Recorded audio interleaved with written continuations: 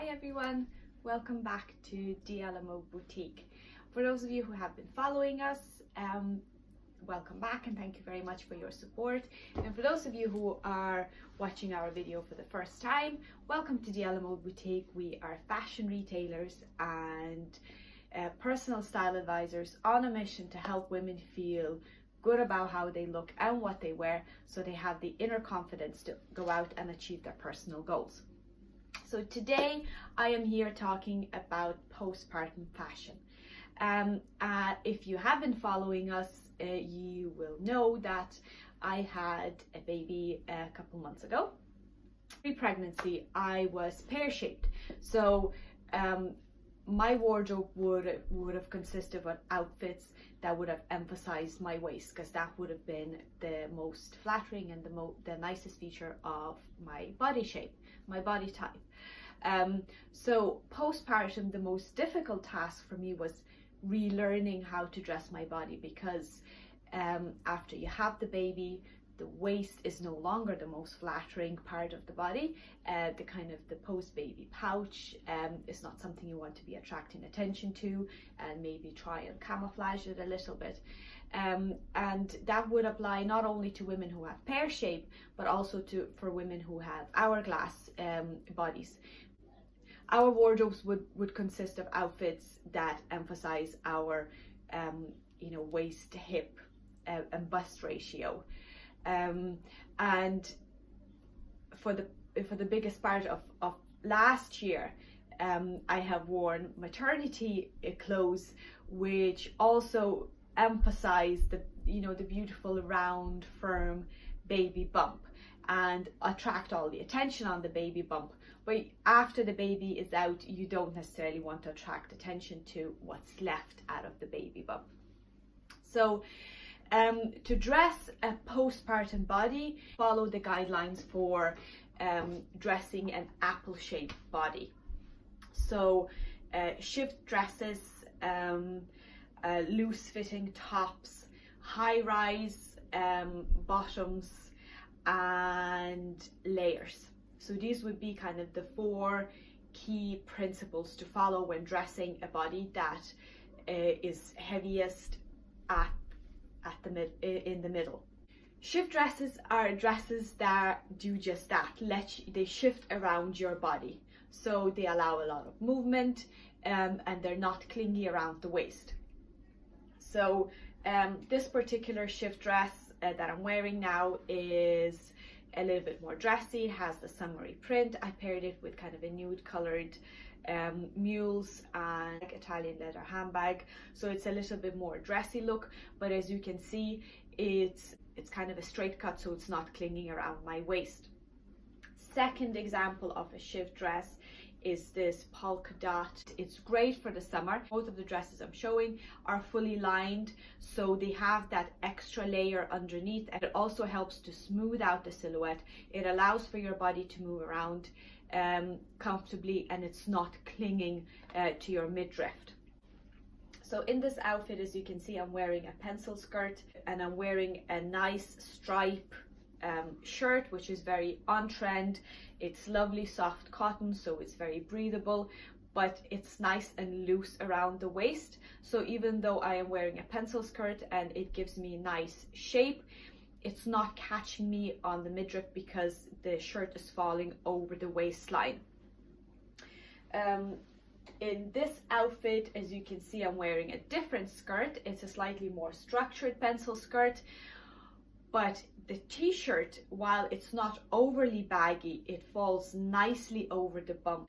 Okay, so the next principle is high-rise bottoms. So I am wearing these high-waisted jeans. I'm kind of combining all the principles in this one outfit, but high-rise jeans are great because they let me tuck in my tummy. So having something that's a little bit higher and it's not cutting across the widest and the softest part of the flesh is a lot more flattering look. I'm also wearing kind of a loose-fitting shirt dress that I'm wearing as a shirt because I'm quite tall.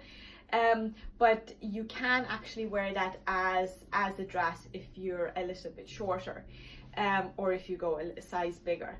And I'm also wearing a jacket which is kind of ticks off the layering part, but we'll move on to that in a second.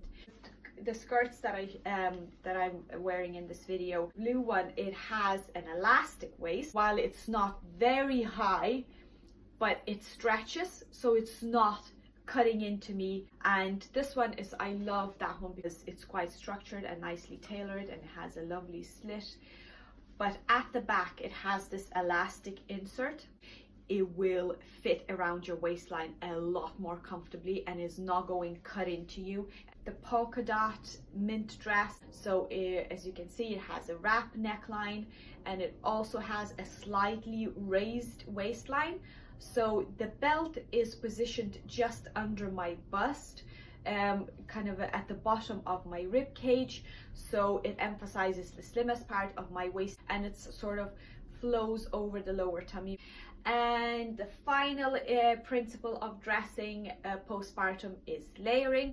I've layered my shift polka dot dress with this lovely light jumper. I've also layered outfits with white blazer because it's that bit longer. It sort of creates this, if you leave it open, it creates this vertical line and draws attention to your height rather than your width. Similarly, if you wanted to go for something shorter, a jean jacket or a denim jacket, once again, you know, if you leave it open, it creates a vertical line around your, you know, on top rather than a horizontal line. And you know, as I said, in this particular outfit, you know, the same rules apply. I have a vertical line that draws attention to my height rather than my width. Okay, so these are the style tips for dressing postpartum, and these tips would take care of your outside. But equally as important is taking care of your inside. And it is no secret that we are strong believers in beauty coming from within. So I didn't want to do this video and not mention the fact that you have to take care of yourself. Dressing well and seeing yourself in the mirror and thinking, yeah, I look good, to help you feel better about yourself, give you a confidence boost, you know, kind of lift your mood. And that's why we do what we do. But you know, that's not always enough. I am going through this postpartum period myself. I wanted to share some of the tips on how to take care of yourself on the inside. So the first tip would be drink lots of water. And I know this is a very obvious one, but if you're breastfeeding, you will need a lot of water to, you know, to produce the milk. Dehydration can make you feel a lot more tired. If you're already sleep deprived, drink lots of water. It will help with the tiredness. It will help to flush out the, you know, the post-pregnancy hormones. Tip number 2 is kind of a practical one, is shower. Shower as much as you can. Even if you're having a pajama day, especially in the early days, and you might be kind of, you feel like you're always feeding, you're always changing nappies, and you know, it's very easy to sort of completely forget about yourself. But you all know what an impact a nice warm shower can have on you. You know, you wash away the tiredness, you wash away the sleepless night. You know, the warm water can be so relaxing.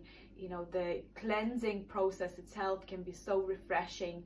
And you know, if you are having a pajama day, have a shower, wash your hair, put clean pajamas on, and you will feel a lot better straight away. Next tip, if you wear makeup, if you're that kind of person who likes wearing makeup and you would have worn makeup you know, pre-baby, make the effort to wear a little bit of makeup, not every day, but some days when you feel like it, or when you kind of need a little pick-me-up. Myself, I do wear makeup. I'm quite fair, I'm blonde, I have quite fair eyelashes, because I had to take off my fake ones. So I have quite fair eyelashes, my eyebrows are quite fair as well. So if I don't wear makeup for extended period of time, I look really washed out. I have dark circles under my eyes, and that, you know, that actually brings me down even more.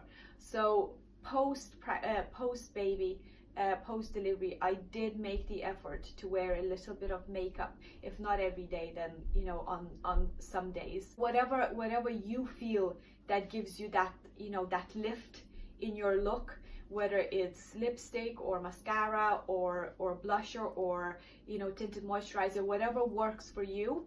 And the whole idea behind it is that it's hard enough. It's the sleepless nights, the looking after a new baby. You might still be feeling a little bit down, a little bit tired.